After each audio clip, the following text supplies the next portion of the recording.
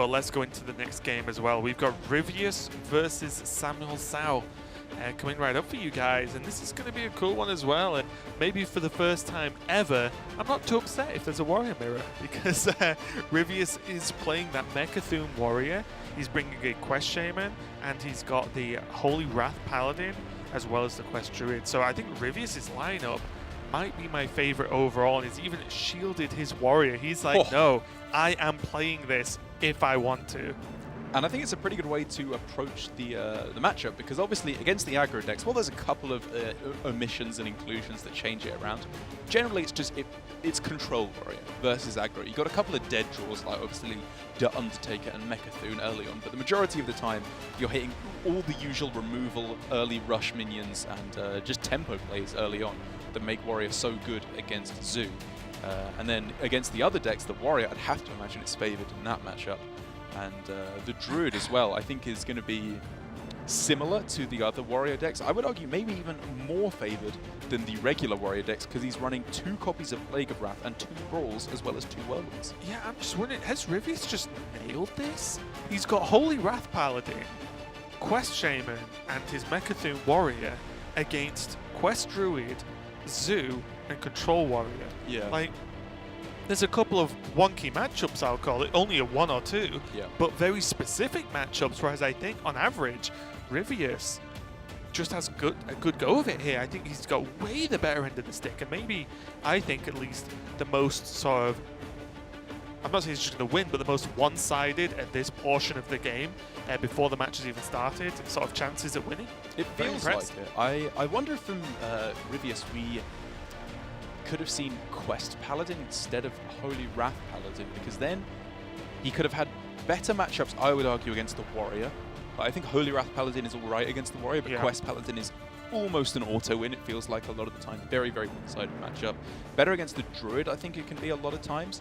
And then if he'd banned Warlock, banned the Zoo Warlock away, you could have then had a decent matchup as well against the Hunter, although that can be a little bit closer. Yeah, that's the only problem, right? Because then is that actually just worse versus, say, if someone's running Zoo and Quest Shaman? Maybe. Like, because then versus Quest Shaman it's way worse, right? Because they can silence, they can MCT your stuff. Like, that's literally how I've lost or won games in that matchup. So I actually think the Holy Wrath Paladin, although not super high end in terms of actual win rates in every matchup, is that it covers more bases and it deals with some of the aggro decks that you would expect people to bring if people are saying, okay, well, there's Druid Warrior, and then what else? So taking a look at SamuelTsao's deck list as well. Now, pretty similar, or pretty standard in terms of what he's gone for. The Druid, the Zoo Warlock that we're seeing more and more. I'm surprised to see such a high representation this week, because I think it's decent, but again, I wasn't expecting to see quite so much. And then, of course, the very standard Control Warrior. Yeah, SamuelTsao going just... I think even Zoo is fairly expected. You know, I don't think it's mind-blowing at all. But SamuelTsao going just straight down the line again of just the Highlander, Hunter, Warlock, Warrior, and Druid. And I don't know. I think after this week, bringing just Control Warrior, Quest Druid, and X might just be a little bit too predictable in that everyone will be planning for that. Because no one's planning for a weird lineup, right? No, in this format, no one's going to go, oh, they're going to bring 4 weird decks I've never played against. It's just not going to happen. So if everyone's planning for at least Warrior Druid, and then you bring Warrior Druid, and then Hunter, then I don't know. I feel like there's more room to work on your build in this current meta and in this week of Grandmasters. I agree, and I think that's why Ryvius has come away with such a dominant position in this matchup, because SamuelTsao, while I think we've liked a lot of his play a lot more this season, he's been one of the most predictable players in Asia Pacific Grandmasters, I think. Like, you know, last time where he was bringing week after week this token Druid and Specialist, this time he's gone with very standard deck lists, and in Grandmasters, you don't have to prepare for the entire field. You know which 2 opponents you're going to be facing each week. And I think Ryvius has then said, you know, okay, let's take advantage of what my opponent is playing here by going for the slightly off-meta decision of Mechathune Warrior, which we're going to see now, which I think could work pretty well. Yeah, we'll get to see if it's fast enough to deal with not only remove Druid threats in time to not die, but to actually get to the Mechathune to win, because there's no other real win condition here. Ryvius, yeah, does run Dr. Boom, but I think with the suite of cards he's got available to himself, Boom is not as reliable as it is in other decks. You know, he's just not running. He's not running tons of mechs. He's not running tons of taunts. You know, there's nothing that great, so there's not that much to magnetize out of exactly what Boom offers you. However, Ryvius is going to have a mighty powerful early game to be able to even keep up, because SamuelTsao has drawn the absolute dream. On the coin, this hand looks reasonable. He's able to get turn 5 Oasis Surger with a turn 2 Crystal Merchant, which means it can't be killed off by Restless Mummy because he got the Innovate. This is insane. And most importantly as well, he can just Wrath this down. To draw a card. And then, well... Or does he Wrath to protect it against the Mummy? Yeah, because then the Mummy can't kill it. Does run a Militia Commander. One Militia Commander in the deck. Does that change how he's going about it? No. It wouldn't for me, but... It's only a 1 in 4 chance to have drawn it off of the Town Crier because there's 2 Mummies and a Ziliax in the deck. Save Wrath.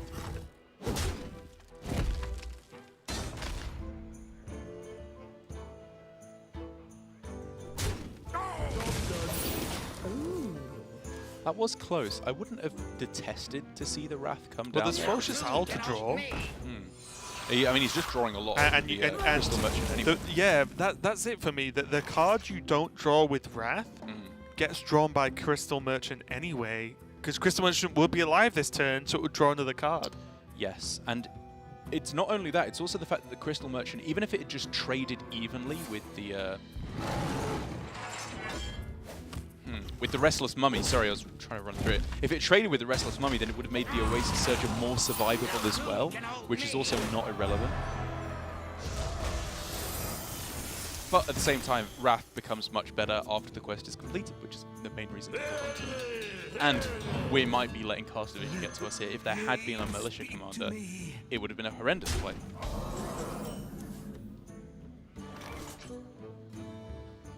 Well, guess what we're playing on turn 5 in Questry, Derek?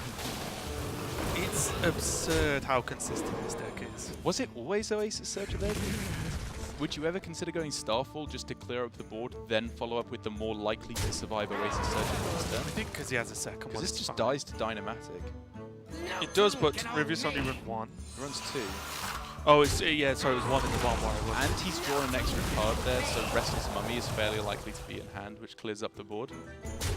I wouldn't have hated the Starfall there, in all honesty, because it's not very good the vast majority of the time. But now he just plays it again. But then he's out of threats. Like, Starfall, if it removes boards and allows you to play an Oasis Surger, it kind of equals more threat pressure because your opponent can't clear it off as effectively. But if you just play Oasis Surger here again, he has no threats left in hand. I still like it. Fair enough. Oh, I like it here, 100%. Oh, right, yeah. Sorry, I'm not arguing to not play the Oasis Surger here. I meant last turn. I would not like to see him play Starfall here. Just tries to aim it, and it's like, wait, what? What to do?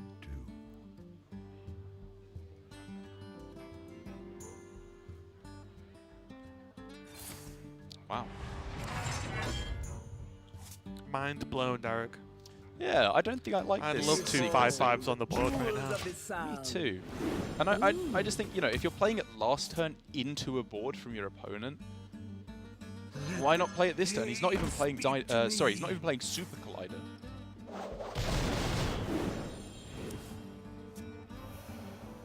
Maybe he's trying to save it, of course, for Oasis Surger plus Power of the Wild next turn, but then he's just missing out on 10 damage, effectively. Which is, in my mind, pretty relevant. He's got to be quick in this matchup.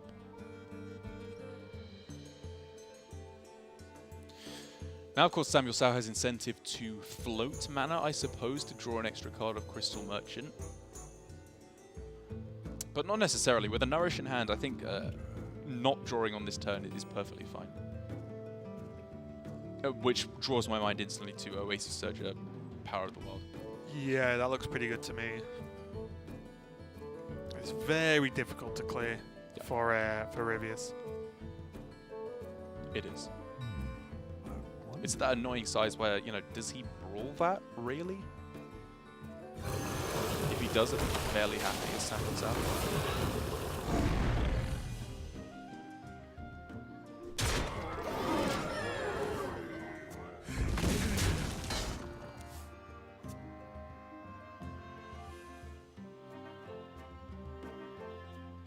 It was just Whirlwind Plague, which deals with this pretty easily. So currently as well, Ryvius is ahead quite a lot on card draw. Obviously SamuelTsao can catch up a little bit with Nourish, but the way Ryvius has been going and still a shield block in hand, it means that he can accelerate and kind of de-accelerate whenever he wants, right? True. Because he does need to play this stuff as well, so he can play Boom next turn, and this looks like it's going to end up being a fairly safe turn to do so. So, I don't know, I think this game's looking pretty close actually. It is, and SamuelTsao needs to be very, very careful about how he sequences his threats here, because very often I think as Druid players, when you run Elise the Enlightened, you can very quickly run into being too greedy, trying to distill your hand down to the perfect set of cards to get ultimate value. And I think if he does that too aggressively, or if he's too slow, I should say, sorry, he'll just die. The Mechathune combo will close out the game way before he gets into the level with Chef.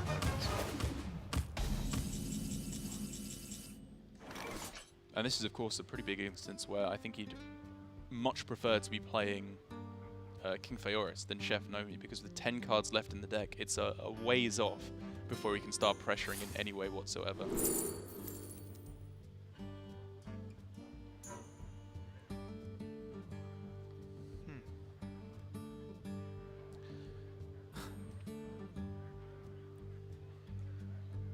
It's kind of funny that it could go Ancient of War, and then like floop the Ancient of War, and it would still gain +5/+5, and it would only be 4 mana, which would be pretty sick. Or he could Elise and then just duplicate it forever. I wonder if it's ever worth Druid of the Claw just to push his face. Like, if he had something you wanted to spend the rest of his 4 mana on, I think you'd look at it a bit more closely. But maybe he does, like, just to clear out his hand for Elise. I was actually wondering whether he plays whether he ever plays Chef Nomi this turn, depending on what he got. Really? Oh, wow, okay. Because it's a 6/6, you get it in the flute pool, and then you can do stuff later with it, right? Because there's only... I think the rest of his deck just does nothing then. But does he have that many minions in the rest of his deck? Not really. Well, that's what I mean. So Floop just sticks as a Nomi. You play out all your spells, and then you have Elise with the Nomi Floop into the Nomi again, right? Yeah. For the end game. So you kind of just play a 6/6 out of your hand. Yeah, you store the Nomi in the Floop, and then do it that way. It's a long-term. It means you'd have to go like 9 turns before without playing a single other minion. Yeah, I actually forgot you had Daenerys left, but if you just had Phaeorus left, I think that's reasonable. As I think what we're starting to see more and more with quite a funny dynamiting there, is that Ryvius, his main win condition may not even be the OTK with Mechathune. It may just be killing off everything turn after turn. Yeah, and this is getting more and more problematic, isn't it? Yeah. This is why from SamuelTsao I was saying we could see something like Druid of the Claw plus Swipe instead of going with the Ancient of War, because now his turn is double swipe face. I don't know. I mean, what else is he doing? He needs to empty his hand. He needs to empty his hand. And I think this is the problem with SamuelTsao's style of play is it wasn't focusing on using his removal aggressively enough, which in an Elise version of the deck you absolutely have to do, or you're going to be copying it over and over, which goes back to my thinking on turn 5 of just clear the board with Starfall. You need to get you need to find opportunities for these cards to be good, or you're never going to get usage out of them. Or you do stuff like this. Time waits for no one. I honestly, I didn't even know that you could play Starfall on literally nothing. Yeah, well, it's green. I guess it's green and flashing, yeah. Wrath isn't, but man, does that not feel good for SamuelTsao? And then he doesn't play the other one. Well, I think one of each there would have been better. Yeah, just swipe face, and then because you might think, oh, well, hang on, let me just keep a Starfall in case my opponent just drops a massive board. But he should know what Ryvius' deck is. Ryvius does not drop a massive board. He just draws into Mechathune and kills you. Worth mentioning as well that SamuelTsao not running Floop's Glorious Gloop, so he does not have the swipe OTK for infinite. You'll just explain that OTK for people. I mean, no. Okay, sorry. I shouldn't have asked well, no. I mean, it's very complicated, but what it comes through is you have a hand of Elise, Floop's Glorious Gloop, Floop. I think you have to have Innovate as well to make the combo work, to have the mana, and then Swipe, and Bees, of course, as well. And then you can go Elise to copy your hand. You play, and then play double Floop's Glorious Gloop, and every time you play Bees, you gain effectively like 10 mana or 8 mana every time you play it. The basic idea of the combos, you have to have those cards in hand. So then you can Elise and re-swipe and then so on. Exactly. Just keep swiping. Elise copies Floop, which means you can play another Elise. It basically means you have infinite mana, and you can play as many swipes as you have time to play. You just have to keep changing them and then keep playing them. Yeah. It's mainly the interaction between Elise and Floop. Is Elise creates a copy of what Floop is as it was, and then the Floop that you had turns into Elise, and then that just cycles forever. It's the same with why you can just make tons of Malagos very, very easily in the Malagos version. But SamuelTsao does not have that. He is not playing Gloop, so he's forced to make plays like this, where he destroys his own board just to clear cards out of his hand. This feels horrendous. Both players are just destroying their own sides of the board. Their removal cards have no use. This is literally like, who can lose the fastest? Who can draw all our decks, lose all our cards, and whoever does that first wins. This whole thing has got very silly. Very, very silly. Because obviously SamuelTsao is gearing up to go for, you know, Elise to copy Nomi and Floop and then have 4 goes at You know what I don't get about this build? It's way too much value for me. Yeah, because you're playing a card that, like, Worthy Expedition in a deck that you want to empty, and you're giving yourself more stuff to do. Like, it's I don't know, it's a bit much for me. I think, really, if you're playing Elise, you want your deck to do one thing and get to it quickly so Elise can go. Like, that's generally what you're after. Speaking of combos, however, Ryvius throwing down the Mechathune here. For any of you who are uninitiated with the deck, do not fear. He has not thrown away the combo. The way this deck works is you go for...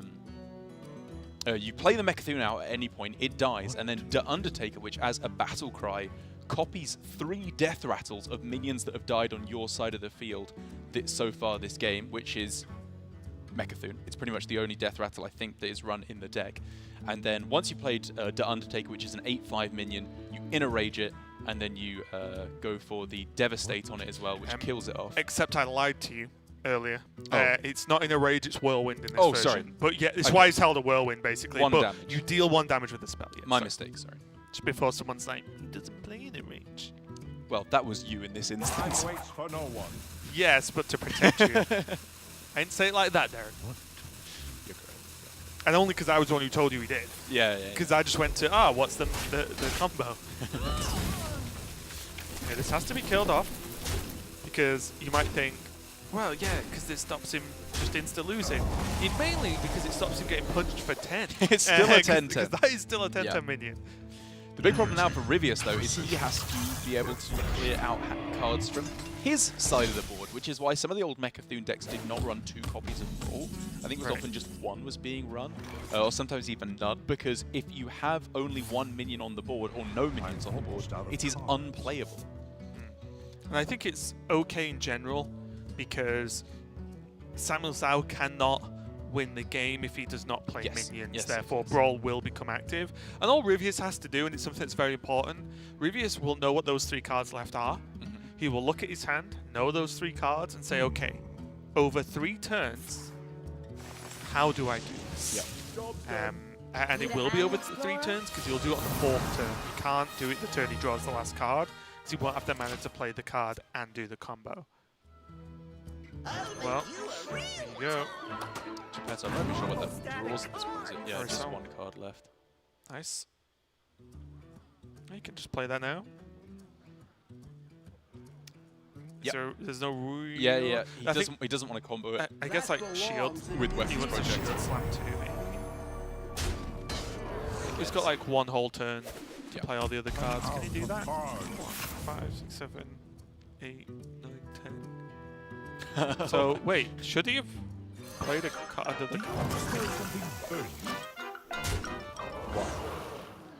Well, because this Oh, okay. I Still still got got the Plague of Wrath. Yeah. So depending on what that card was, he couldn't. played He could have potentially cleared his hand this turn, but I didn't know it was Plague, so no, he couldn't. So it doesn't matter. He didn't need to play it this turn. I take it all back. I like the decision to go Brawl here as well as the potentially more difficult to use card. He's just crossing off everything that he possibly can here. Shield Slam, maybe that would get stuck in my hand. Get rid of it. Next turn, Warpath, Plague of Wrath, destroys the board. And then turn after he wins. Took a long time to get here, but it turns out. And this is the issue, right? Of like, okay, there's a million Nomis, nowhere near fast enough, not even close. So that blooming greasy food has been eating. Slows us all down, friend. I know how you feel.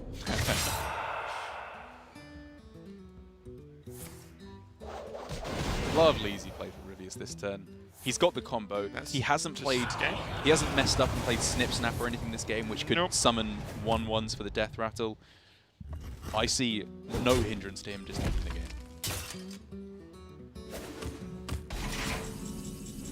Even with the infamous double Chef Nomi available to SamuelTsao. Well, he's got 4 now, right?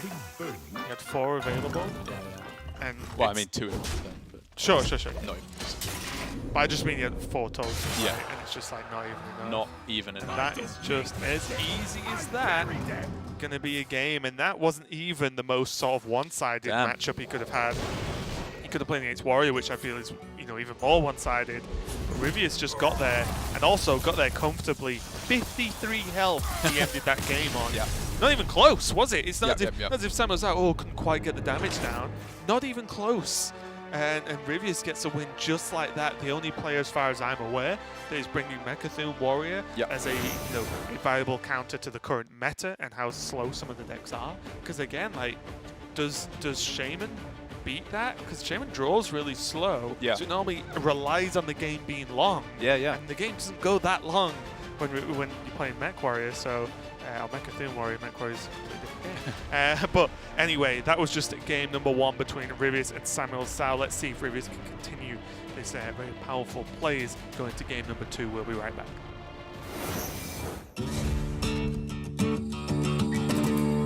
Wait. We're still doing another one of these? Even with the plagues out there? All right. Greetings, Junior Explorers. Are you ready for adventure? I sure hope so. I'm Ryan Collins, and I'm here to send you out into the Tombs of Terror. The Tombs of Terror sound completely and utterly horrifying, but you're gonna be totally 100% fine. I'm not going though, no way. You may have heard about those nasty plagues in Old Doom. What you may not know is that the League of Evil unleashed them to destroy the world, and in the process, let loose some seriously mighty mystical beings. And that's where you come in. Tombs of Terror will follow the format of previous Build As You Go adventures. You'll be fighting a series of random encounters and improving your deck as you go with more cards and fantastical treasures. Not only that, but you'll be accompanying the best of the best. That's right, Rand Bronzebeard, Elise Starseeker, Reno Jackson, and Sir Finley Mergleton, they're back. And these legendary explorers have a few new tricks in their wide-brimmed hats. For this momentous occasion, each of the 4 explorers are dual-class heroes, fully representing the strengths of 2 distinct classes at once. For example, with Reno's recent experience with magical artifacts, Magic! he's able to sling spells as a mage and use some of his old tricks as a rogue. You'll be able to build your deck with cards from both classes, creating new and exciting combos as you go. Want to deliver a massive druid swipe in your opponent's face with Prophet Velen in play? How about activating rogue combo cards with mage spells? Deck building rules are out the window. Again, with the League of Explorers by your side, I can 110% guarantee that you will be totally fine.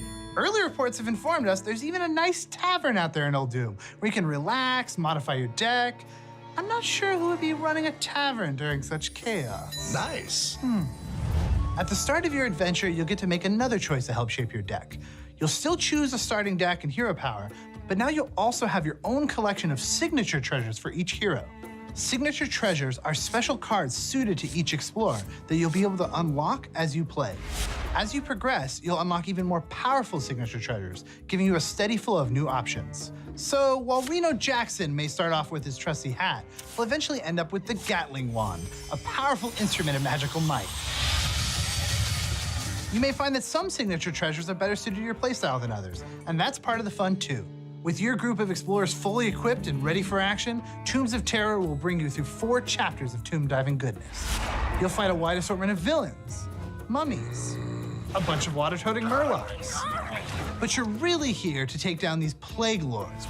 Plague Lords are the physical embodiments of each of the plagues. They range from a monster made entirely of murlocs to a living form of rage itself. These are huge enemies to tackle with enormous health pools. As they take damage, the Plague Lord will change phases, switching hero powers and strategies to become even deadlier. You might be worried about your chances, but I assure you, you'll be safe. Not only are you a well-trained explorer with cutting-edge equipment, but Plague Lords actually have persistent health pools. So if you show up, go face for 100 or 200 damage, and then get smashed, don't worry. The next time you fight that Plague Lord, that damage will still apply, allowing you to whittle them down if you need to. Although Plague Lords are the purest embodiment of evil we've ever encountered, we're certain that... Look, I can't do this. These guys are doomed. Get out while you can. It's not gonna work. But no, you'll be fine. Everything's fine here. Once you defeat all 4 chapters, you'll unlock the finale, which is... a delightful mystery. Good luck out there, explorers. And if you manage to get yourself mummified or worse, please don't come back for me.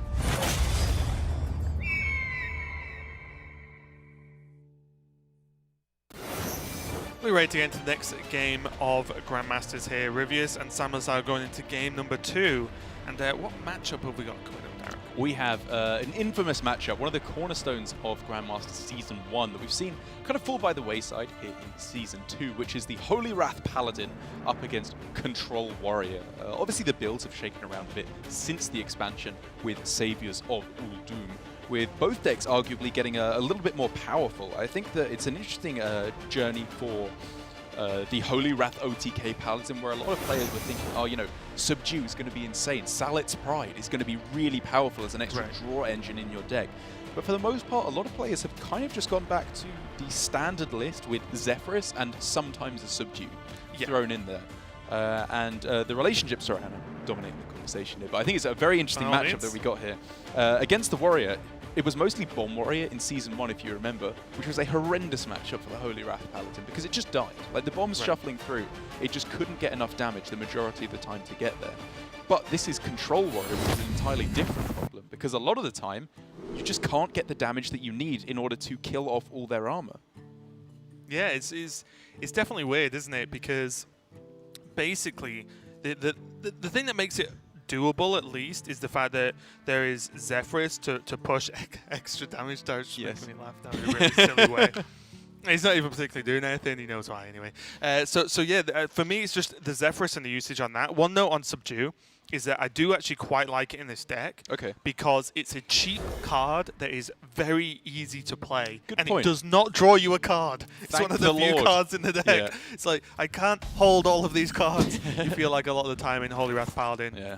So it can be a little bit frustrating, but Subdue is just nice because it's like one cheap card, annoying minion kind of go away, it becomes a 1/1, whatever. It can proc Pyromancer and aggro matchups, which is nice. It's not bad versus Priest. So yeah, I think it's just a good card to include as a one-of. I think anything more is a bit too much, but still. So as we are jumping in, I would say fairly mediocre start for Ryvius in terms of his opening hand. He has not obviously found the Christology, which you're looking for in every single matchup with every single build of Paladin, apart from, of course, Merlin Paladin, just to get the draw rolling. But I think he should have the time against Warrior. It's really just making sure he doesn't fall too far behind early board pressure, which, as it currently stands, could be a consideration. The curve of Omega Devastator into Ziliax is very powerful against all these mid-rangey kinds of decks. It is something that Subdue could be useful for if he draws it as well, because you completely negate that push. So we'll see how it goes here. Ryvius does have True Silver Champion, which means there is a very solid tool available to him to start just dealing with minions that are kind of annoying and in the way. And this does mean with the 2/1/1s in play, a Mega Devastator would just die off to a true silver. So for Ryvius, crisis averted. And his hand is very, very far from dead. He has drawn, it's actually an interesting point, he's drawn a lot of 1 health minions, 1 attack minions already, sorry. So with the Elven Archer, Blood Mage Thalnos, Crystal Smith Kangor, Novice Engineer, and Soup Vendor, I think there's literally only one attack minion left in the deck, which is the single Novice Engineer off the top. So honestly, good he got the Christology when he did, because had he drawn the Novice Engineer first, both copies would have been dead. Whereas now, the second Christology in his deck is literally useless. Yeah, I guess the saving grace is, again, it's a cheap card that doesn't draw any cards. 1 mana do nothing. 1 mana reduce Not that Shivala, bad. reduce Shivala by 1. Yeah, like, really, it's not the worst card. Yeah, it's not horrible. That's why people are playing cards. Well, I was going to do the mistake again where I say cards like. That is why people are playing Elven Archer. Right. And other such similar cheap, easy to throw down cards like Bloodcell Corsair in a lot of decks as well. Just to have something to throw down.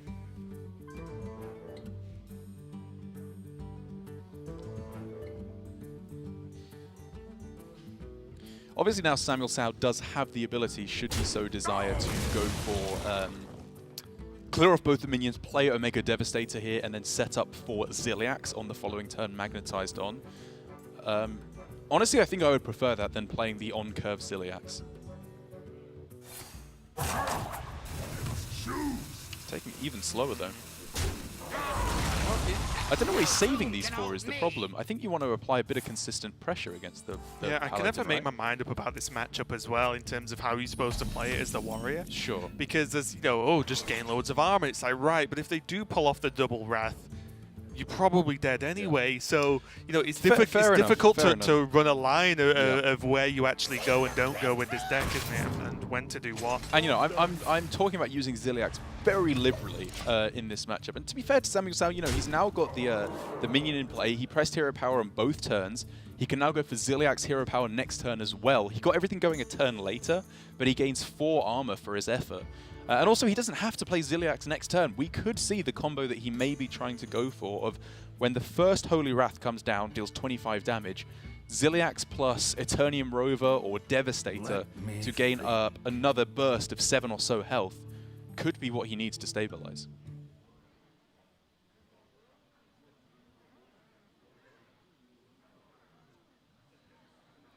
At the moment here, Ryvius just needs to plan out a few turns. Just to make sure, one, as we mentioned, he doesn't overdraw. But also just he tries to...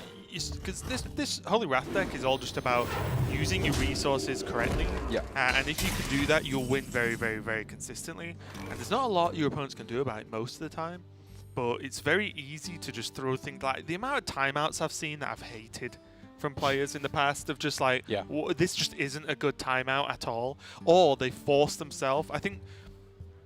Was it Tom last week or maybe even the week before where like someone had to time out purely because every other card in the hand drew a card. I remember. And the timeout was horrible. It was so bad, but they had to do it. And you know, obviously it was the play at the time because it was forced. You can't overdraw with this. I think if I remember, it wasn't forced though. Like he deliberately drew more cards and then had to get rid of it. Oh, okay. Well, it was forced at that point. I guess, at the end of the turn.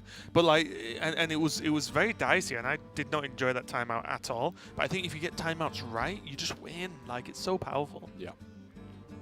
Now this is a huge diversion point for SamuelTsao as to how he approaches the matchup. Does he throw down the Ziliax and go for mid-game aggression? Or does he think this is too important, I save it, and I go for healing up later on, and accept that I'm going to take at least 1 Holy Wrath?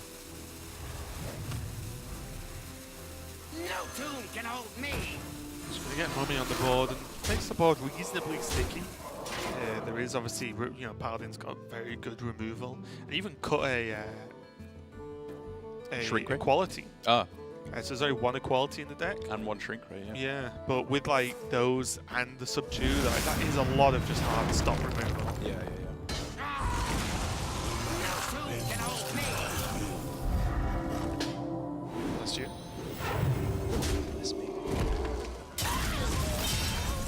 ever get the thing where you sneeze when you look at the sun, or when you step outside and it's really bright? No. Really? I don't really go outside, so I've not got a great frame of reference. Well, that's probably why I do, because when I'm inside all the time, and then when I finally step outside into the blinding, searing desert, But what does like that is the outside, light have to do with making you sneeze? No idea. Is it but normal? It does. Are you not just like allergic to something like pollen or something in the air outside? I don't think so. Like, I never get hay Okay. fever or anything. Oh, okay. It's just when I That step just outside. seems like a more logical reason as opposed to it's sunny. I Seems chew. like less of an insane thing to happen. Let me know if you too sneeze when you step outside into the bright light. You know it's definitely scary. Although you won't know, right? You don't drive, do you? No. Sneezing whilst driving is like extreme levels of driving. It's very scary. Yeah. My friend sneezed and crashed before because of it. It's bad though. It was a safe. It was safe. Well, safe. He just bumped a car in front of him. It was Right, bad. okay. But yeah, he basically. I said like, what happened? He said, oh, I've crashed my car. I said, what's happened? I sneezed. Half of me went, you idiot. What? And then the other half went, I drive a lot, and when I sneeze, I do feel a little Crash all the gassy time. sometimes. I don't crash all the time. I actually never crash my car. I'm impressed. Same. None more so than me, Derek. Ooh. Back to the game. Important swap there for Ryvius off of the second prismatic lens. Obviously, getting down the first Shivala down to 0 can be good as a way to get you out of a pinch. But the problem is if it's bounced or returned back to the deck in this case, I suppose, with the Baleful Banker, it does not cost 0 again. Until he's played the full 25 mana's worth of spells, which I don't think he has quite yet, he will not have another reduced one. And the other downside is, of course, he has an uncastable Consecration. Yeah, that's some fun, isn't it? The old 25 mana Consecrate. Yeah, it was honestly a bit of a low roll there. I think he would have preferred anything other than Shivala. Yeah, because you almost you never want to draw Shivala ever, right? From Prismatic. In aggro matchups, in my opinion, it can be very strong because when your Shivala would otherwise cost 20 mana, it can cost 0. Sure. And then that can just completely bail you out of an unwinnable situation. Against Warrior, though, where that's not really as much of Any a other concern. matchup apart from matchups where you're literally about to die? Yes. Shivala is not It's good bad. off that. I agree. Unless, of course, it's late in the game and that gives you lethal or something like that. I wonder how SamuelTsao is going to go. He's going to armor up again. Kill off the counter. He's got a game plan. You can't fault him for that. His game plan is very clearly be conservative with my cards and gain armor every single turn. And Ryvius clearly respects that game plan. When he swung face with the first charge of his first, the first weapon, what that clearly indicated is that he does want to whittle down the armor. You know what's really weird as well? This Ziliax is buffed from SamuelTsao. So it means that when it goes in, it'll be able to heal for a lot after the first holy round. Especially if it's magnetized. It'll be able to heal enough to boost it back up to 25 or more than 25. We shall see. Funnily enough, if Ryvius wins this game, then he will have gone into this weekend with a game plan to just wreck Warrior, I feel like. And he would have pulled it off 2-0. And even this game, although yes, SamuelTsao's like kind of gaining armor, Ryvius is under no threat, and he's only got 7 cards left in the deck. Like, he's not far away from just killing him. Very good point. So, again, I'm always up and down about how this matchup works, who's actually the on average winner, and so on and so on. But if Ryvius pulls this off, and it looks like he's doing alright, I'll be very impressed. I think that Holy Wrath Paladin is a difficult matchup to get firm percentages on in terms of what its matchups are, because it's so hard to play, and so many players play it wrong. I think this has consistently been one of the most misplayed decks in Grandmasters across all regions. I can see that. Players where they have almost 100% victories, and they just toss it away.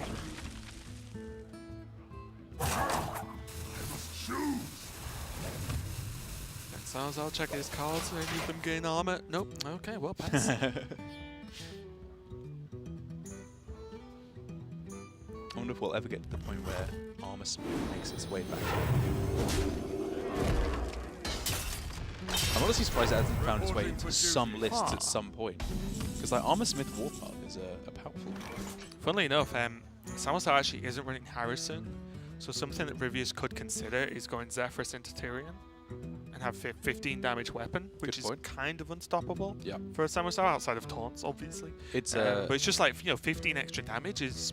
I mean, 5 extra damage is enough to change this game. well, you do it a Never lot mind. against Warrior. Yeah, never mind 15. Yeah. It's one of the main win conditions of against a lot of different matchups. Like even in a Druid, like the APM combo Druid, a lot of the time it's just repetitive Zephyruses Right. that get you the victory into like Tyrion and then Pyroblast and stuff like that. These are the tough turns for SamuelTsao. Because, yes, he can keep pressing the armor button. Yes, he can trade this minion off and go face. But is that progressing him through the game better than Ziliak's attachment is now? I don't know. Is my answer. I actually don't know. I'd be tempted to like play Ziliak to make him do something, but one of the frustrations with playing against Paladin is at this point in the game, you know Ryvius is going to answer. Like, you just know he has. 'Cause he's What? drawn. Sorry, I beg your pardon. Did he not Ed. attack with that? I mean, it was just a complete disaster of a turn. He was about to play Dynamatic, but you realize he obviously shouldn't have traded in the 1/1 first because it was a mech, and he should have just gone face. I mean, I think... Did he not attack though? Yeah, he missed an attack. That was 4 damage. Yeah. Okay. I mean, again, it probably doesn't matter, but to me at least, it matters. The turn he's was playing bad. Yeah. That's why it matters. The turn to me was a pretty easy push everything face, play Dynamatic just to kill off the 1/1. Like, yeah, I think that it's sloppy. We shouldn't be seeing at this point. Yeah. I do like, however, his saving of the Ziliax. I think, you know, it's not always good to stick with the same game plan no matter what situation you're in a matchup.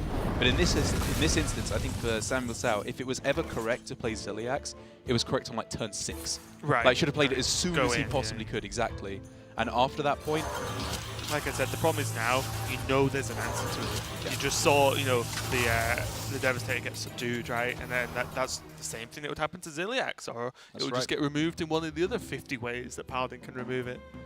But Ryvius now, as we, you know, you could argue not a lot has happened this game, but I think a lot has happened in terms of just raw decision making. 100%. But now we're getting to the point where the game's going to end very quickly because either Ryvius is going to be able to double Holy Wrath, or it doesn't do enough damage, and that's going to be a Zephyrus, relying on good old Zephyrus. It is going to be absolutely razor thin, the margins as to who comes out on top here, because SamuelTsao is already above the 50 health breakpoint that he needs to be at to withstand the 2 hits of 25 off of Shivala into Holy Wrath. But then if you factor in the Ziliax that he gets on top, maybe that's good enough to get there. But then if you factor in Is he on Tyrion now? the Tyrion damage, which I assume he's going to go for, then maybe that's enough to get there.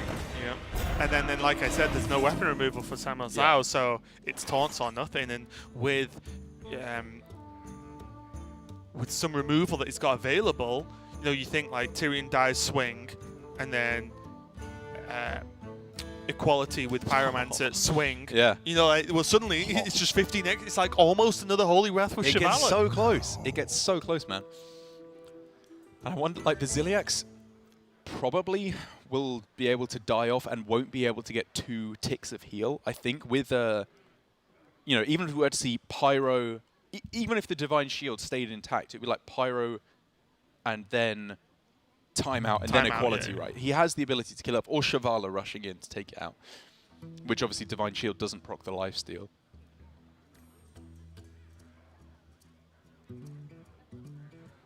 And then SamuelTsao also needs to bear in the back of his mind, how do I kill off the Shivalas? Because if a single Shivala attacks face, that could be absolutely the difference between winning and losing.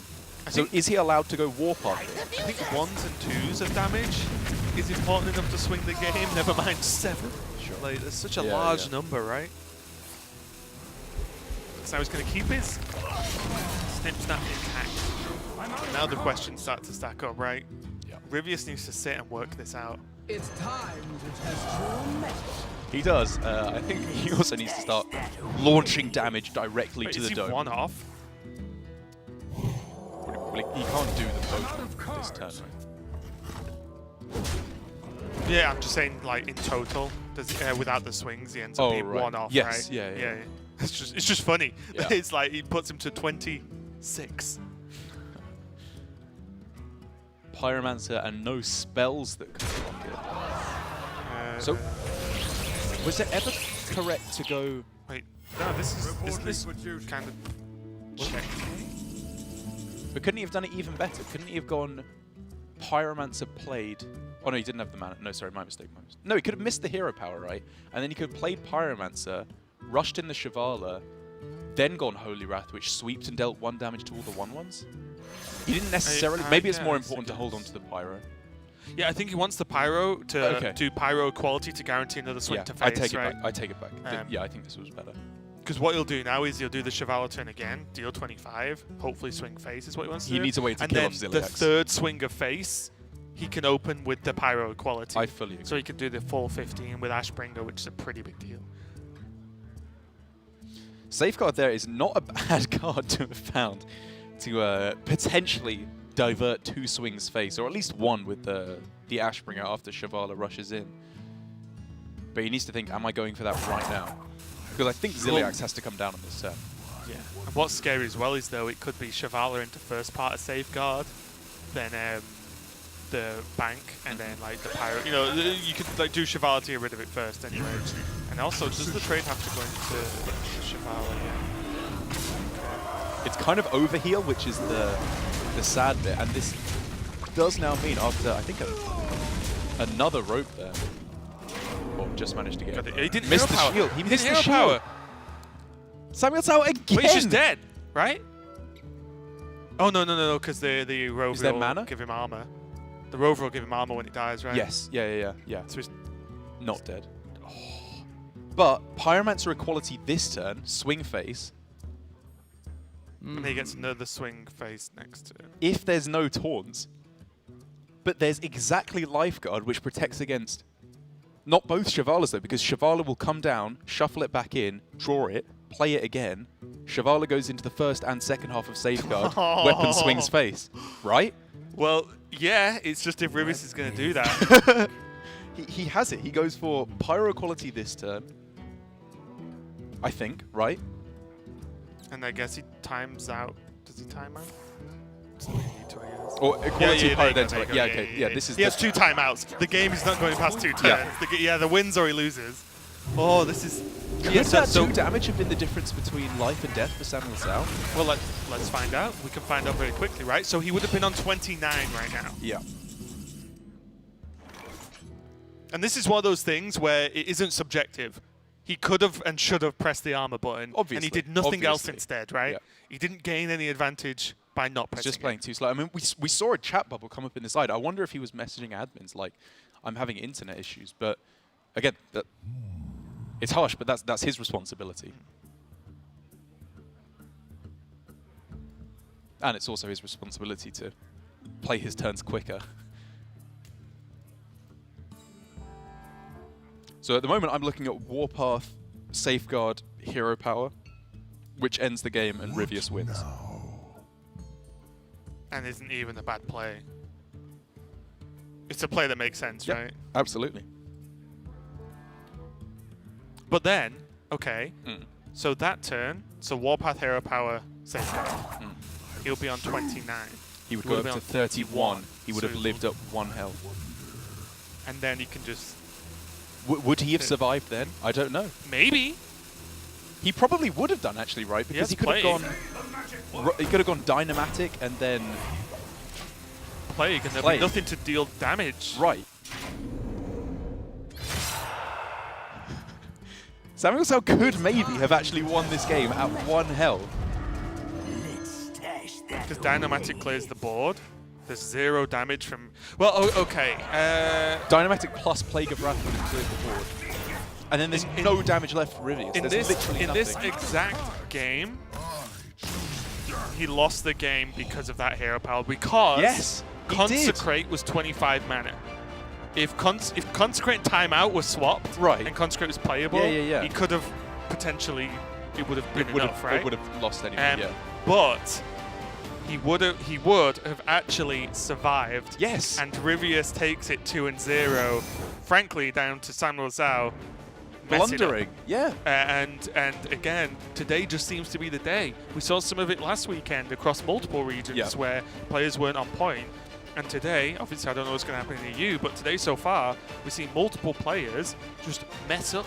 It's not as if we're querying, oh, was this play right? Was that play right? We can talk about that forever. It's what we do. But when it's just literally a mistake, like didn't finish his turn, didn't press armor up, there was nothing to gain by not armoring up. He didn't play a minion. If he played a taunt or whatever instead, well, then you can start to say, I think it was wrong, but he wanted to do this. No, you just missed it. He knew he missed it because of his reaction on camera. So people need to play quicker and work on decision making maybe, because this just isn't good enough. It's true, but the thing that really breaks my heart is it was a mistake. It was poor play missing the hero power, but it let down, in my opinion, his very strong decision making up until that point. He had a plan. He had many different branching decision trees that could have led to a more aggressive game plan, which I think on average probably was not the way to go. I think he had the right game plan, prioritizing armor. Even just as early as turn 1, where he played a Mega Assembly, got the Vicious Scrap Hound to start gaining some armor as well. It was all completely heading one way from turn 1. And he just let himself down right at the end. Especially when you consider that he would have survived through 2 full Holy Wraths and a full Ashbringer, and he dealt with the Tyrion, which is a 6/6 Divine Shield taunt. That's a tough minion in itself. He would have potentially survived through all of that and won the game, and that is a lot. Like, you played well if you survived through all of that. But it just didn't make it. But anyway, we're not going to keep going on about a match that has just already happened. We're going to move on to a different match.